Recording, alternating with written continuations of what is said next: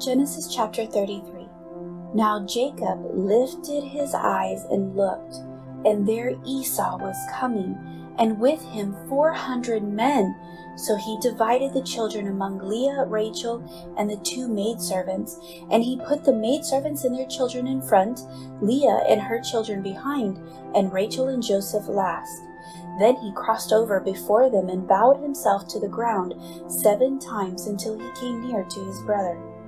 But Esau ran to meet him, embraced him, and fell on his neck and kissed him, and they wept. And he lifted his eyes and saw the women and children and said, "Who are these with you?" So he said, "The children whom God has graciously given your servant." Then the maidservants came near, they and their children, and bowed down. And Leah also came near with her children, and they bowed down. Afterward Joseph and Rachel came near, and they bowed down. Then Esau said, "What do you mean by all this company which I met?" And he said, "They are to find favor in the sight of my Lord."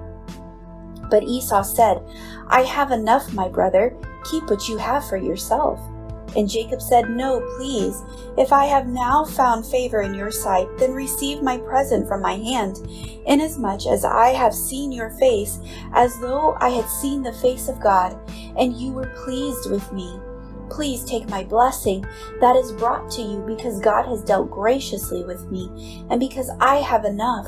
So he urged him, and he took it. Then Esau said, "Let us take our journey. Let us go, and I will go before you."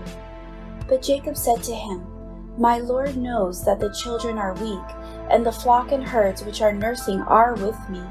And if the men should drive them hard one day, all the flock will die. Please let my Lord go on ahead before his servant. I will lead on slowly at a pace which the livestock that go before me and the children are able to endure until I come to my Lord in Seir." And Esau said, "Now let me leave with you some of the people who are with me." But he said, "What need is there? Let me find favor in the sight of my Lord." So Esau returned that day on his way to Seir. And Jacob journeyed to Succoth, built himself a house, and made booths for his livestock. Therefore the name of the place is called Succoth.